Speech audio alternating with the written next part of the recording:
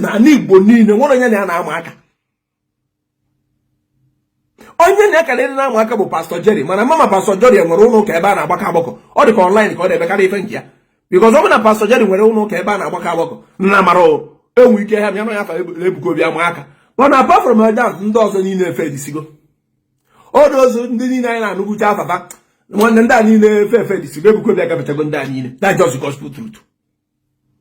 Fa nwere ike karịa Ebuka Obi nwee ego, mana Ebuka Obi aka gọvanọ name a na-anụ kịta. Because ndị agbara ọfụ akịta na-anụ afọ Ebuka Obi karịa afa ndị niile. Enwere na-amara onye Fada Ede bụ. Fada Ede is richer than Ebuka Obi. Mana enwere na-amara onye Fada Ede bụ. When they know the name but they don't know the face. Even a Rochizin nke Ebuka Obi nwe ego. Mana enwere ndị na-amara picture dị mmadụ. Igosi picture Rochizin fa amara onye. Mana fa wiki fa na-anụ the name but they don't know. Mana Ebuka Obi ọ fere adịfe onye na-anụ afọ Ebuka Obi. Ihe egosi picture Ebuka Obi ka ọ ghara ịma na Ebuka Obi. So otu a ka o si wed. Otu a kịta ka o si wed. Ọ dị kịta otu a Nigeria dị kịta. 5% ego Dangote nwe. Ego Dangote nwe. Ebuka Obi enwe. Ọ 5%. But ewete these two names na Nigeria. Dangote ka ada ụda na ntị ndị mmadụ a na-anụ Dangote. But ewete the two pictures. People ya aka wee mara onye Ebuka Obi bụ karịa Dangote.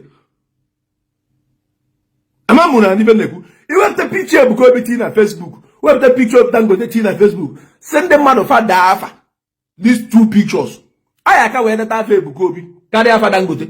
But isizi afa Dangote na Ebuka Obi. Dangote aka Ebuka Obi wee nwee name. But Ebuka Obi ji wee nwee picture. Because aka wee mara iru Ebuka Obi karịa iru Dangote. So otu aka ọ dị. Eso mụ na aghala Christianity. Ọ gbasara ọrụ m nwanne. Nwere Jizọs Kraịst na eluigwe na-eji nyere agbara nza aka. I am suffering. I am struggling with my strength. So mụ na adị eme spirit. Mmedi wee bịa na-eme ife a. This Reverend Father, ọ na-agafezi boundary. This Reverend Father na-agafezi boundary.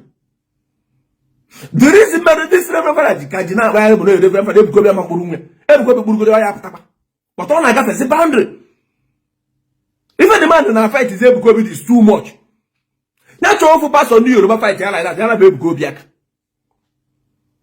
Ebuka Obi wepụ ọrụ n'ife gbasara our forefathers. Focus on the Bible na Jesus. Onye kwuo maka Ebuka Obi, defend Ebuka Obi.